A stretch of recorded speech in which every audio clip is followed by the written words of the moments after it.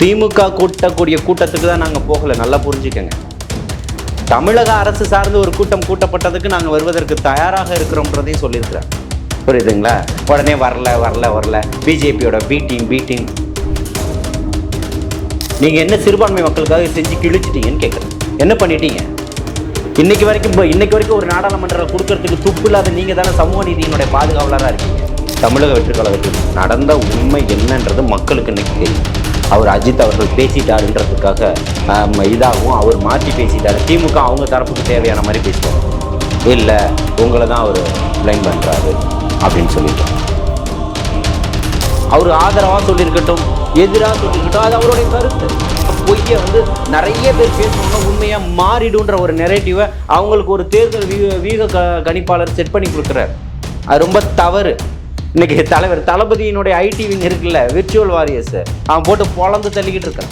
ப்ரெஸ்ஸை எதுக்காக சந்திக்கணும்? என்ன காரணம் அது சொல்லுங்க. முதல் ப்ரெஸ்ஸை சந்திக்கலையா? என்ன காரணம்? ஏன் ப்ரெஸ்ஸை சந்திக்கணும்? அஜித் பேசுறாரு, அவர் மிகப்பெரிய ஒரு ஸ்டாரா இருக்கிறதுனால அவரது எல்லாத்தையுமே பேசுறீங்க. அன்னைக்கு கரூர் சம்பவம் நடந்தப்போ 25 யூடியூபர்களை கைது பண்ணீங்களே, ஏன் எல்லாம் தாவே காரணங்களா? 234 தலைவர் தளபதி தான், அதை மாற்றமே இல்லை.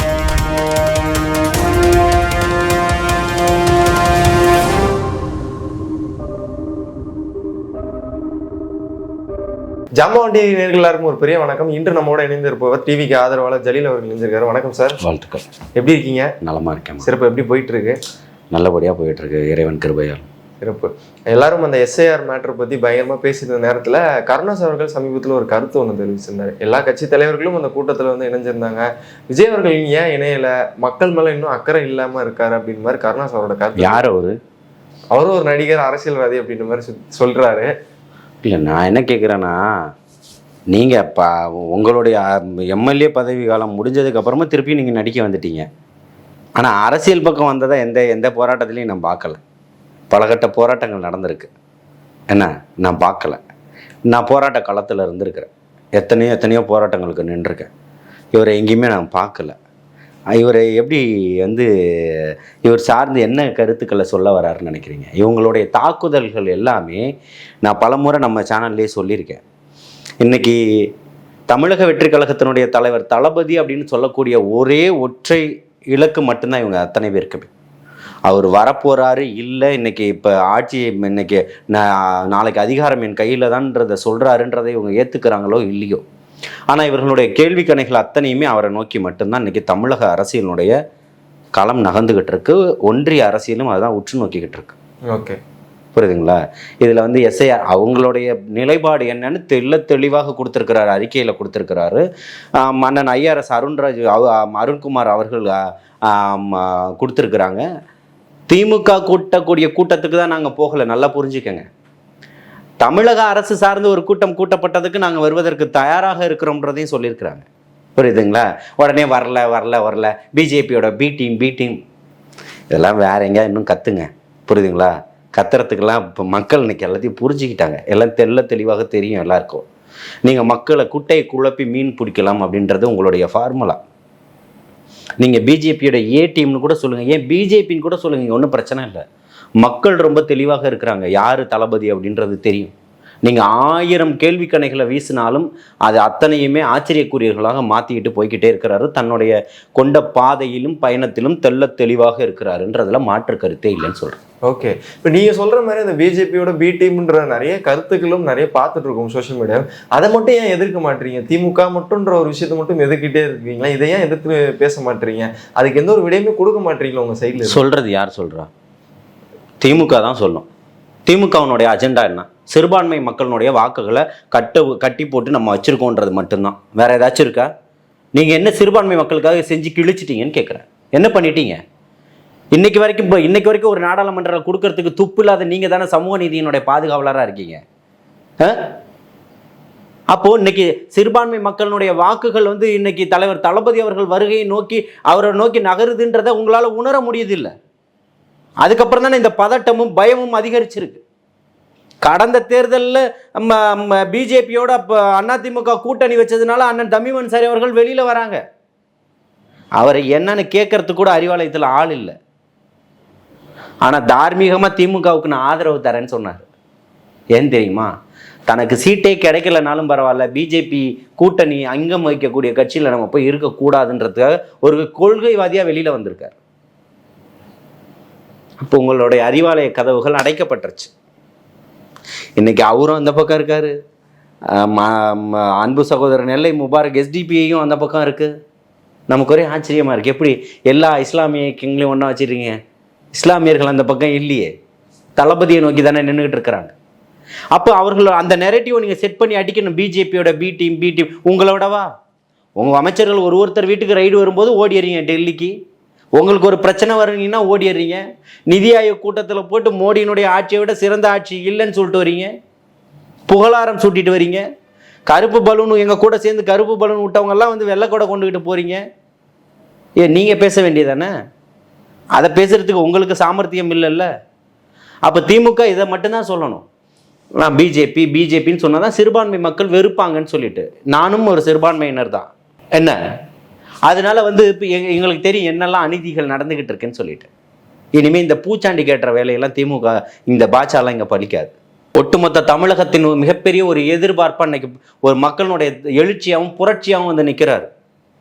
அவரை நோக்கி தான் இன்னைக்கு வாக்குகள், அவரை நோக்கி தான் இன்னைக்கு களம், அவரை நோக்கி தான் இன்னைக்கு தேர்தல், அவரை நோக்கி தான் இன்னைக்கு மக்களும்.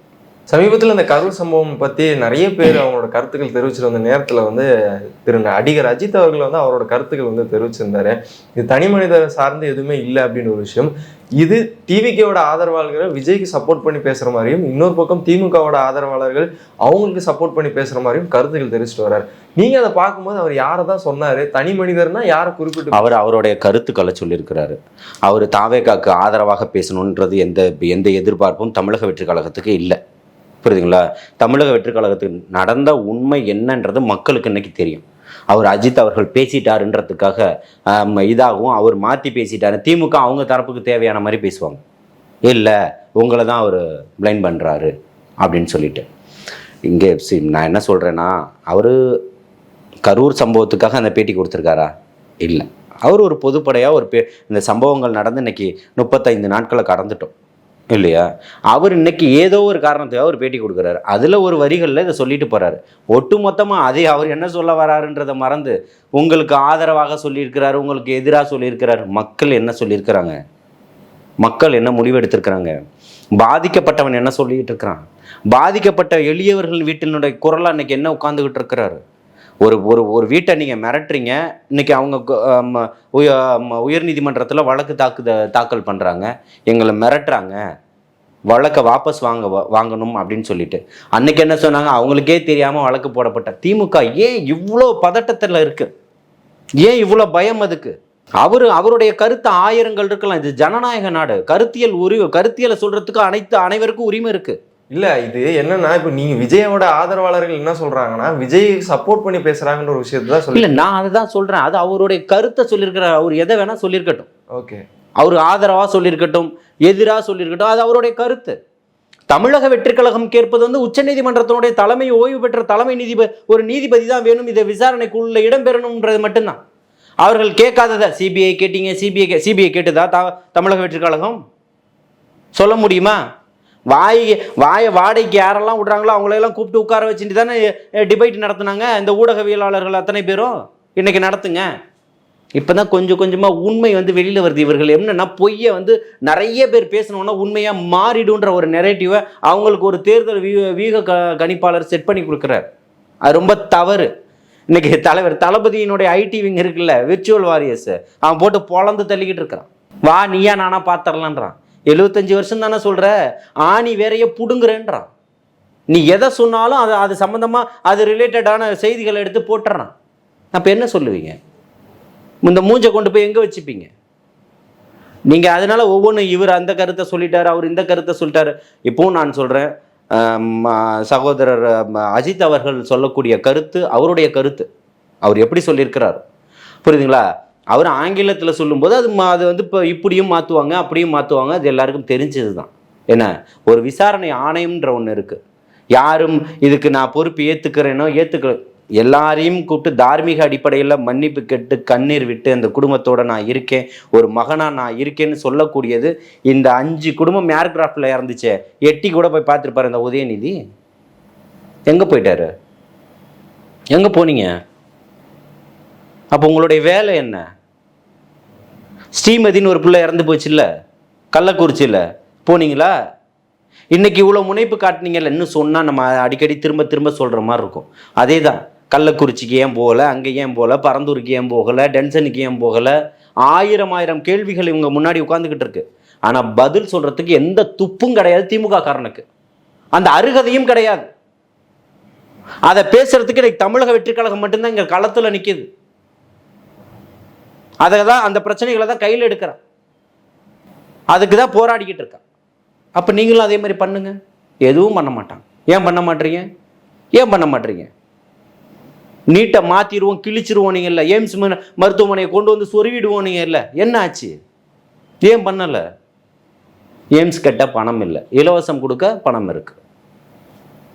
செவிலியர்களுக்கு காசு இல்லை சம்பளம் கொடுக்க, அரசு செவிலியர்களை ஆக்க முடியாது, பணி நியமன ஆணை கொடுக்க முடியாது. பேருந்து போக்குவரத்து தொழிலாளர்களுக்கு அவங்களுக்கு அந்த இந்த பணத்தை கொடுக்க முடியாது, ஓய்வூதிய பணத்தை கொடுக்க முடியாது. இதெல்லாம் அவங்களுடைய வயிற்றில் அடிக்கிறது இல்லை. எத்தனை தாய்மார்களுடைய வயிறெல்லாம் எரிஞ்சுது 3 மாதத்துக்கு முன்னாடி. தூய்மை பணியாளர்களை போட்டு என்ன பாடுபடுத்துனீங்க? அவங்க உரிமையை தானே கேட்குறாங்க. இந்த இந்த கரூர் சம்பவத்தை பற்றி பேசக்கூடிய திமுக காரர்கள் இவங்களுக்கெல்லாம் தெரியாதா தூய்மை பணியாளர்கள் பிரச்சனை என்னன்னு? பேச சொல்லுங்க. அண்ணா திமுக பீரியட்லேயே அது போட்டாங்க. அப்போ திமுகவினுடைய தேர்தல் அறிக்கையில் ஏன் கொடுத்தீங்க? உங்க கூட நான் இருக்கேன்னு சொல்லிட்டு, உங்க கூட நான் இருக்கேன்னு சொன்னாரு, செஞ்சு காட்டியிருக்கிறார் தலைவர் தளபதி. நீங்க என்ன பண்ணீங்க? நீங்க சொல்ற மாதிரி ஒரு சில இடத்துக்கு திமுக கட்சியை யாருமே சாமந்த போகவில்லை அப்படின்ற மாதிரி இருந்தா கூட, விஜய் அவர்கள் இந்த கரூர் சம்பவத்துக்கு அப்புறம் அபிஷியலா யாருமே இன்னும் சந்திக்கவே இல்லை.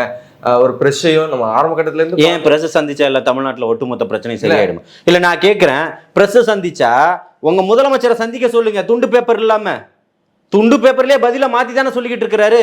பிரஸ்ஸை எதுக்காக சந்திக்கணும்? என்ன காரணம் அது சொல்லுங்க. முத பிரஸ்ஸை சந்திக்கலையா, என்ன காரணம்? ஏன் பிரஸ்ஸை சந்திக்கணும்? இப்போ பிரஸ்ஸை சந்திச்சா ஒட்டுமொத்த தமிழ்நாட்டில் வாங்கின கடனும் தீர்த்தரலாமா? இல்ல இருக்கக்கூடிய வேலை வாய்ப்பு பிரச்சனைகள் எல்லாம் தீர்ந்துருமா? இன்னைக்கு ஒரு பிரச்சனை, தன்னுடைய தோழனோட நின்று பேசிக்கிட்டு இருக்க அவர் புள்ள 3 பேர் கூட்டு பாலியல் வன்புணர்வு. தமிழ்நாட்டில் சட்டம் ஒழுங்கு என்ன இருக்கு? கோயம்புத்தூர்ல விமான நிலையம் பின்னாடி இல்ல. நான் என்ன சொல்ல வரேன்னா, பிரஸ் சந்திக்கிறதுன்றதை தாண்டி இப்போ எந்த ஒரு விஷயம்னாலும் நீங்க ஆபீஸ்ல ஒரு லெட்டர் பேட் போட்டு ரிலீஸ் பண்றீங்க. நேற்று வரைக்கும் ஒரு அறிக்கைனாலும் லெட்டர் பேட் போட்டு தான் ரிலீஸ் பண்றீங்க. அதையே ஒரு பத்திரிகை வாயிலாவோ ஏதாவது ஒரு விஷயம், அது பத்திரிகையில நீங்க யாரும் ஃபிளாஷ் பண்ணலையா? மக்களுக்கு போய் சேரலையா? அதையே லெட்டர் படம் மூலமா ரிலீஸ் பண்ணுன்றது நீங்க போடாதீங்க. ஊடகவியலாளர் சந்திக்கல, எந்த ஊடகமும் போடாதீங்க. ஏன் போடுறீங்க? மக்களோட மொழியில மக்கள்கிட்ட பேசிக்கிட்டு இருக்கிறாரு. நீங்க ஊடகவியலாளரா இப்படி கேட்கலாமா? அப்படி மோடி கிட்ட கேளுங்களா 1000 கேள்விகளை. உங்க கேள்விகளுக்கெல்லாம் பதில் இருக்கா? 200 ரூபாய் வாங்கிட்டு நீங்களாம் பேசக்கூடாது. ஊடகவியலாளர்களை பார்த்து கேட்டார்ல அண்ணாமலை, என்ன பேசிட்டீங்க? ஒரு சின்ன எதிர்ப்பு கூட்டம், ஒரு கருப்பு பேட்ஜ் அணிஞ்சு போனீங்களா? நான் எப்பவும் சொல்றேன், ஊடகத்தை நான் பெரிதும் மதிக்கக்கூடியவன், புரியுதுங்களா? நான் யாரையும் தவறாக சித்தரிக்கலை. ஊடகவியலாளரை சந்திச்சு என்ன பண்ண போறீங்க? போய் கேளுங்களேன். நீங்கள் இப்போ இவ்வளோ இது பண்ணுறீங்க இல்லை? எந்த கூட்டத்துக்கு போய் ஏர்கிராஃப்டில் 5 பேர் இறந்து போனாங்க? யார் கூட்டம் நடத்துனது? யார் மீது வழக்கு போடப்பட்டது? யார் வீட்டுக்கு போனார் அப்பாவும் பையன்? ஏன் போகலை? அப்போ ஆட்சியும் அதிகாரம் கையில் இருந்தால் அவங்க பக்கம்தான் ஊடகம் பேசும். ஜனநாயகத்தினுடைய குரல் வலை நெரிக்கப்படும் போது இன்னைக்கு ஒரு அஜித் பேசுறாரு, அவர் மிகப்பெரிய ஒரு ஸ்டாரா இருக்கிறதுனால அவரது எல்லாத்தையுமே பேசுறீங்க. அன்னைக்கு கரூர் சம்பவம் நடந்தப்போ 25 யூடியூபர்களை கைது பண்ணீங்களே, ஏன்? எல்லாம் தாவேக காரணங்களா? சொல்லுங்க. அவங்க ஒரு தம்பியும் சோசியல் மீடியா வச்சிருக்க பசங்க, ஏன் கைது பண்ணீங்க? 70 வயசை தாண்டி அவர் பேர் என்ன, நேதாஜி மக்கள் கட்சியினுடைய தலைவர், ஒரு யூடியூப்ல பேசுற முன்னாள் காவல்துறை அதிகாரி, அவரை கொண்டு போய் அப்போ இந்த நம்ம தோழர் ஃபெலிக்ஸு ரெட்பிக்ஸு அவருக்கு திடீர்னு ஆன்ஜியோ பண்ண வேண்டிய சூழல் ஏற்பட்டுச்சு. அப்போ நீங்கள் ஊடகவியலாளர்களை இந்த அரசு எப்படி கையாளுது? மக்களை எப்போதான் வந்து சந்திப்பார்? மக்களை அவர் சந்திச்சுக்கிட்டு தான் இருக்காரு. மக்களை எங்கேயும் சந்திக்காமலாம் இல்லை. கரூர் சம்பவத்தில் வந்து யாரை சந்திச்சாரு? திமுக காரங்களை சந்திச்சாரா? ஸ்டாலின் வீட்டில் உள்ளவங்களையும் அழகிரி வீட்டில் உள்ளவங்களையும் சந்திச்சாரா? கனிமொழியை தனியாக கூப்பிட்டு சந்திச்சு பேசிட்டாரா? யாரை சந்திச்சார்? மக்களை தான் சந்திக்க வந்தார். நாமக்கல்ல யாரை சந்திச்சாரு? திருவாரூர்ல யாரை சந்திச்சாரு? நாகப்பட்டினத்துல யாரை சந்திச்சாரு? அரியலூர்லையும் குன்னத்துலையும் யாரை சந்திச்சாரு? திருச்சியில யாரை சந்திச்சாரு? மக்களை தான் சந்திக்கிறாரு. அதுக்கான தடைகளை நீங்க ஏற்படுத்துறீங்கல்ல, அதை தான் படிக்கெல்லாம் மாத்திக்கிட்டு இருக்கிறார். தடை கற்கள் அத்தனையும் படிக்கெல்லாம் மாத்திக்கிட்டு இருக்கிறார். நீங்க அப்படியே அப்படியே அடக்கி ஒடுக்கி உட்கார வச்சிடலாம்னு நினைச்சீங்க. அது மிகப்பெரிய ஒரு சிம்மாசனமா இருக்குது. இன்னைக்கு ஒட்டுமொத்த தமிழகமாக சாதாரண பூக்கடையில கூட அரசியல் பேச ஆரம்பிச்சுட்டாங்க பாட்டியம்மா.